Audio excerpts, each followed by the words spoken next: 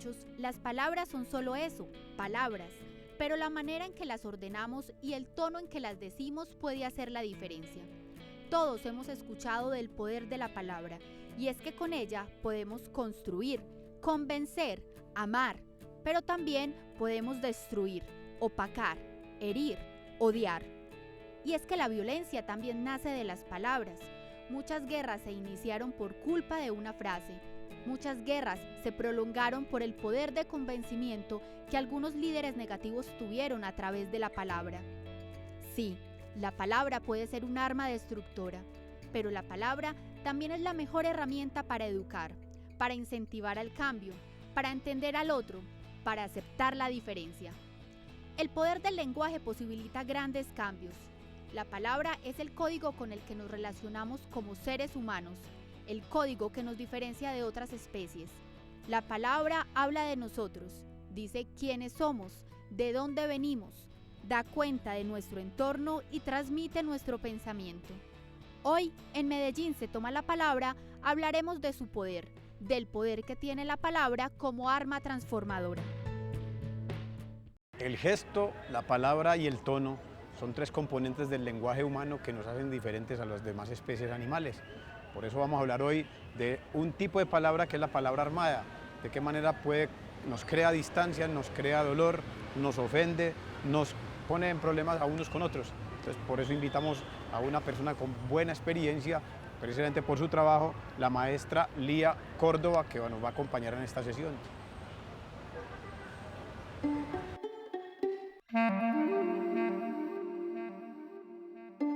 Bueno, estamos ahora en un proyecto aquí hablando sobre lo que significa el vocabulario y de qué manera pueden las personas desarmar la palabra. ¿De qué manera pueden desarmar la palabra? Bueno, vamos primero con ese asunto de la palabra que ofende, las palabras armadas.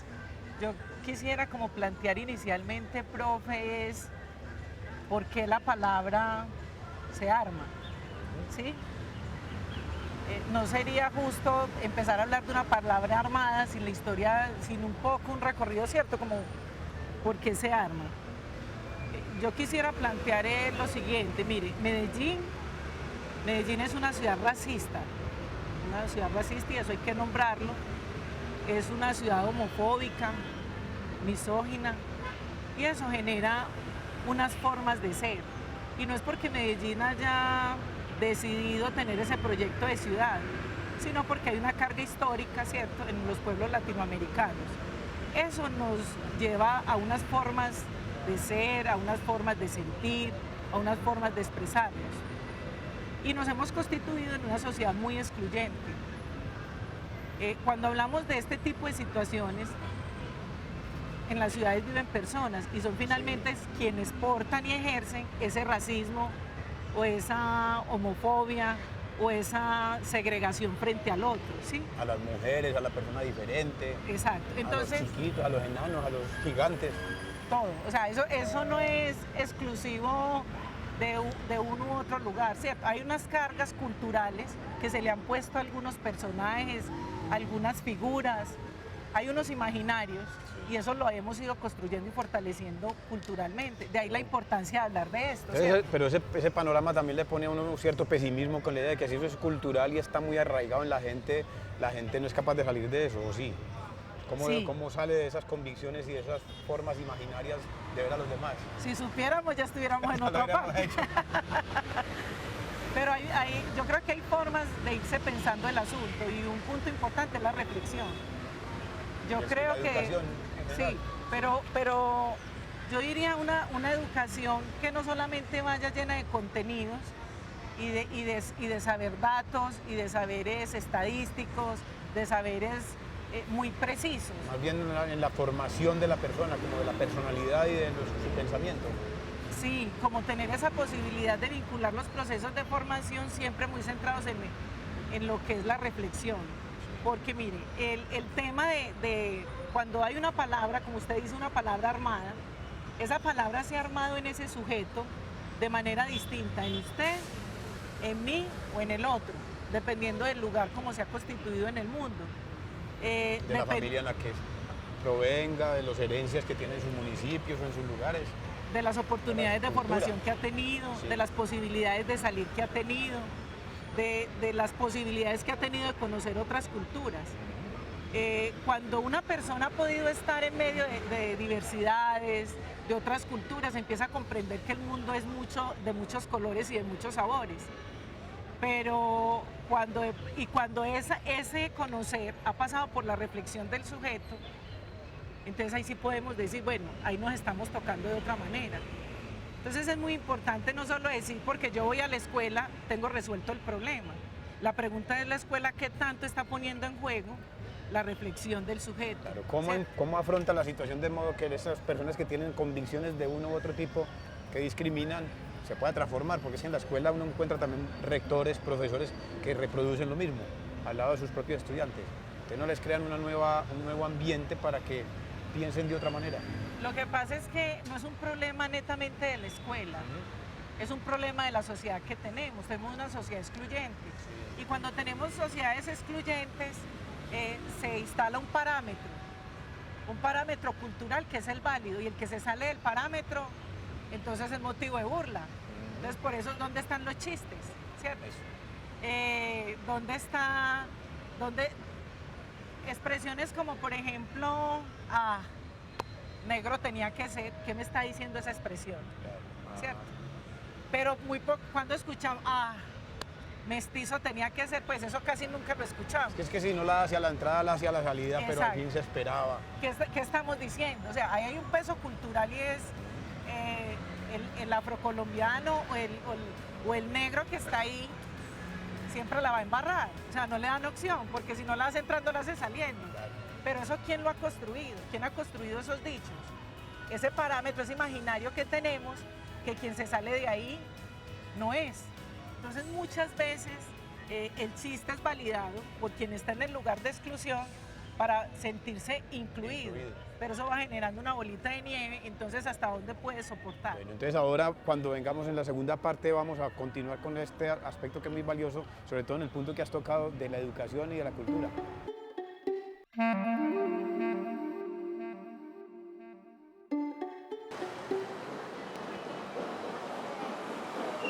Aquí se conversa gratis.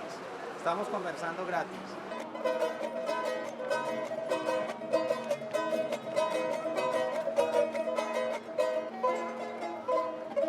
Hola, permiso, ¿podemos conversar? Sí, sí, sí. Sí, qué bien. Mucho gusto, Andrés. ¿Todo bien? ¿Y vos? Gastón. ¿De dónde, Gastón? Argentina. De Argentina, bienvenido a Colombia y a Medellín. Gracias. Regalando la música aquí en Junín. Sí, y el que quiera regalarme un También, aporte, claro, también. es un buen trueque. ¿Usted cree que nosotros somos violentos con las palabras? Y malintencionado. ¿Cómo Por así? ejemplo, fulanita como que está en embarazo y tiene una indigestión, se tergiversa, se lleva un doble sentido. ¿Tú crees que con las palabras se puede matar? No literal, o sea, sí. Sí, por supuesto. Sí, se puede hacer mucho daño. Nosotros podemos desarmar nuestras palabras. ¿Desarmarlas? Sí, quitarle las armas a las palabras. Sí, claro. ¿Vos crees que las palabras matan? No mata, pero sí llegan a ofender mucho y de pronto sí hasta matar. Jonathan, y si pudieras decirle a las personas que hoy te están viendo una clave, un consejo, una recomendación para desarmar las palabras, ¿cuál sería eso? Para desarmarla. Desarmar nuestras formas de hablar, de lo que hablábamos ahorita, de poder matar esas ilusiones, de agredir a otra persona en medio de las charlas de manera inocente, de ser más conscientes de nuestro lenguaje. Pues, ¿qué podría decir? Que sean muy conscientes de cada palabra que dicen y que sean muy felices sobre cualquier cosa que se les presente en la vida, que no permitan que nada perturbe su felicidad. Gastón, ¿nos regalarías algo de música para despedirnos a toda la gente de Medellín Se Toma la Palabra?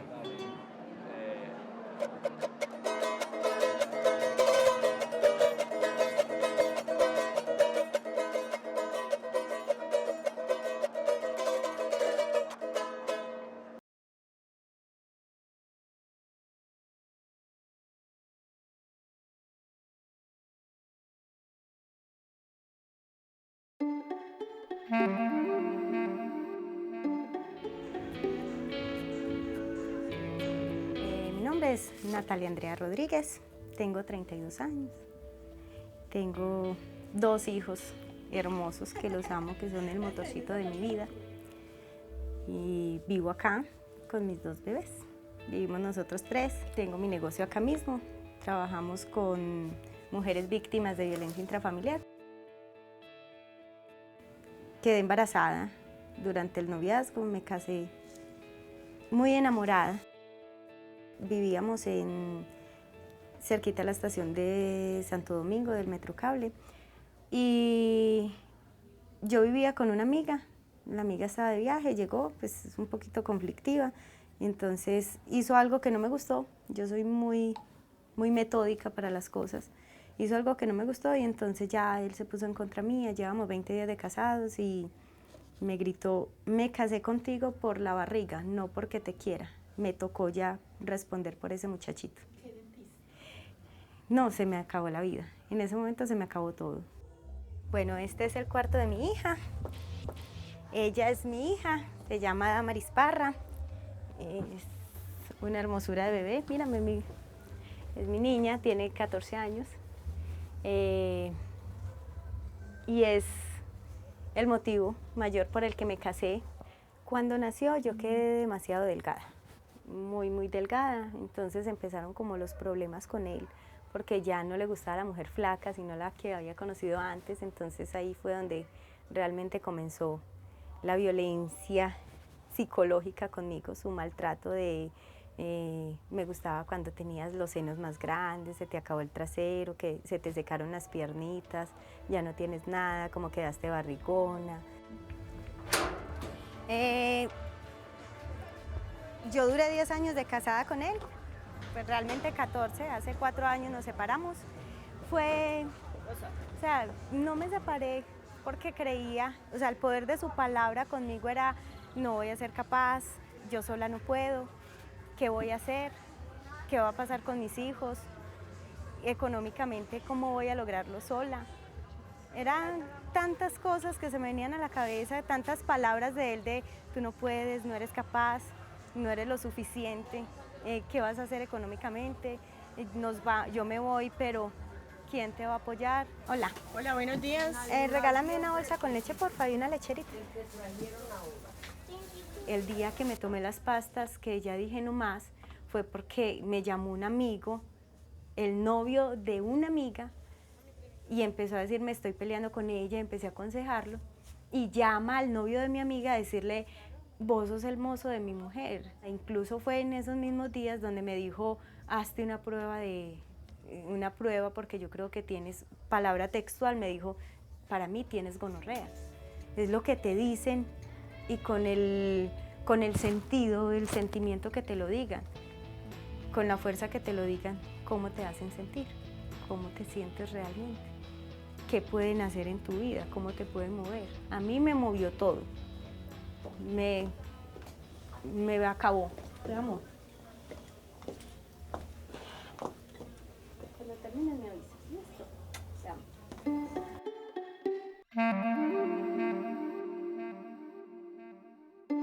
Hablamos ahora en la primera parte acerca de esa forma de discriminar que es muy arraigada en la cultura. Uno de los elementos claves de ese arraigamiento es que uno no diferencia cuando hay una persona distinta a uno en el color de la piel o de la procedencia étnica. Siempre uno cree que todos son iguales. Es que no, africano, no, negro y punto. Eso es un asunto que hay que irlo retransformando, ¿no? Además hay un asunto muy curioso. Las personas en Medellín se creen que todos los afros vinieron de afuera. Eso.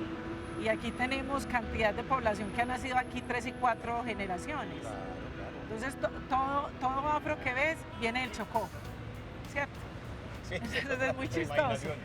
Pero mira, tú ahorita me estabas preguntando por, como las formas de ir saliendo de ciertos asuntos. Yo creo que ahí hay que sumarle, lo que pasó fue que ahí no pude como conectar un poco, fue cuando hablamos del tema de la reflexión no se puede dar si no hacemos un reconocimiento de nuestro lugar histórico, o sea, de dónde venimos y quiénes somos.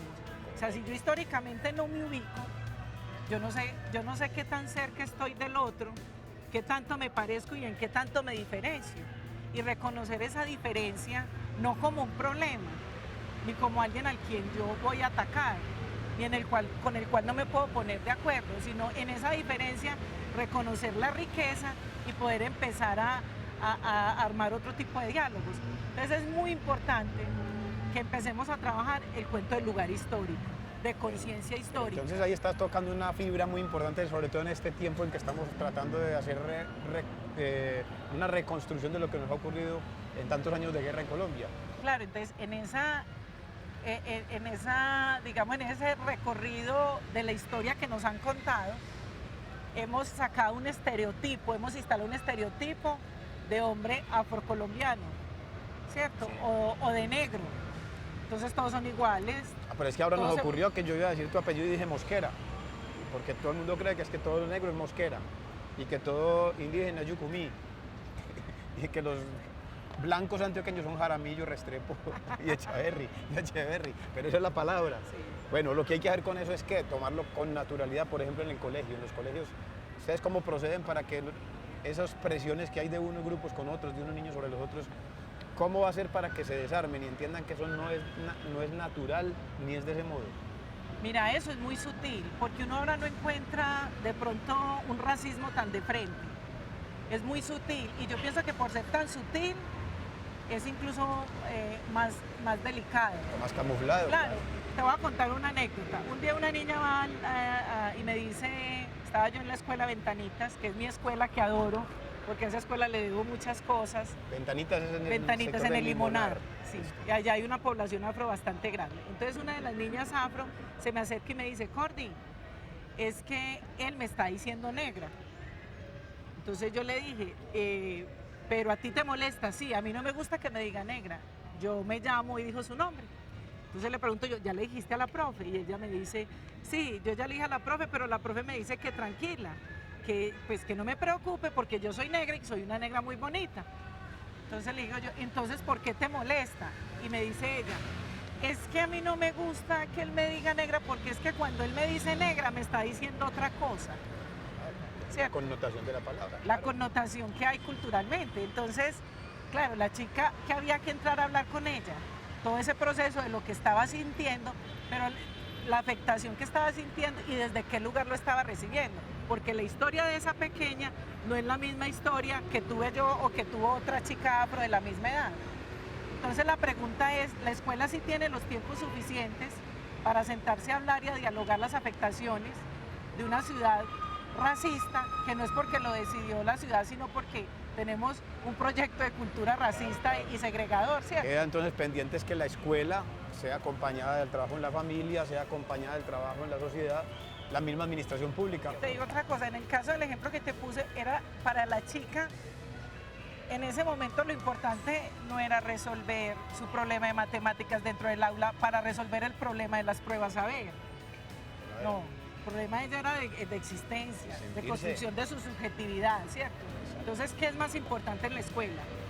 ¿Puntuar para pruebas saber o que resolvamos problemas de la subjetividad para que el problema de convivencia que tenemos tan grave en esta ciudad, de falta de tolerancia, lo empecemos a resolver?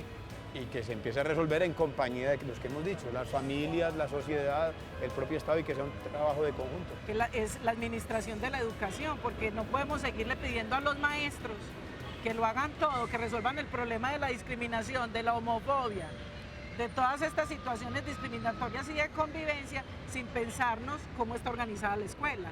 Luli, ahí nos has dejado todo un plato servido. Muchas gracias, muy amable.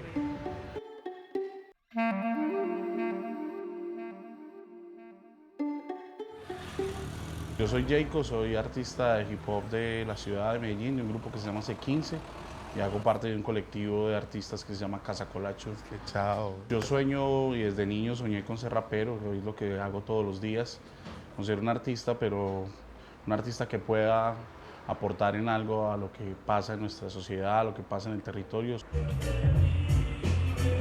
Nosotros que somos raperos, que nuestra esencia es la palabra, somos maestros de ceremonia, somos quienes nos aferramos a la palabra como medio de comunicación, de denuncia, de crítica, pero sobre todo de propuesta. Creemos mucho en el poder de la palabra y en el poder de usarla para poder ayudar y transformar y hacer cosas buenas.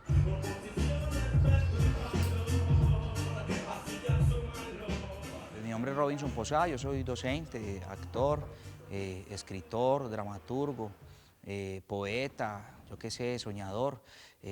Trabajo con mis procesos artísticos, con una propuesta empresarial que se llama Olor a Barrio.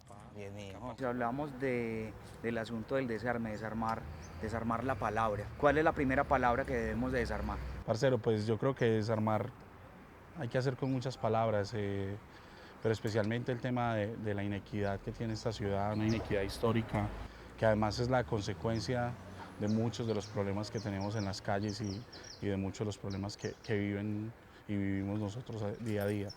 Robinson, ¿y en qué andas vos, parcero? Pues, parcero, ahorita andamos en varios procesos. Uno, pues aquí en el Águila Descalza, que te invito a que sigas, parcerito. Robinson, ¿cómo mezclar ese lenguaje de la literatura, los cuentos de hadas, con el parlache, el barrio?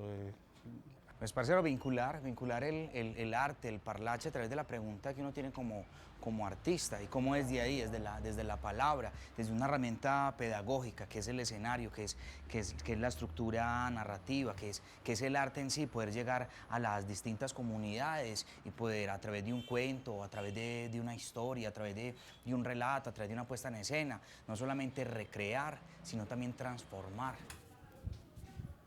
Yo voy caminando las calles de mi barrio y en la esquina de Don Jesús veo a Jorge Luis Borges tomándose una cerveza sabor a lunfardo, mientras Raúl Gómez Hattin busca una moneda para la rocola, Fernando Soto Aparicio barre las ratas de su rebelión, mientras afuera está Julio Cortázar, mientras la mira a ella allá salvo el crepúsculo. Robinson Posada, el parcero del Popular número 8, un man que ha estudiado, ha enseñado y nos enseña todos los días la palabra del barrio, el parlache y todas sus diferentes colores y diferentes matices.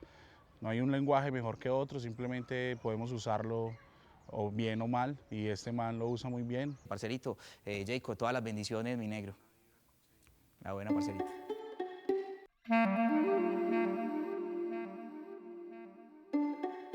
Aquí se conversa gratis.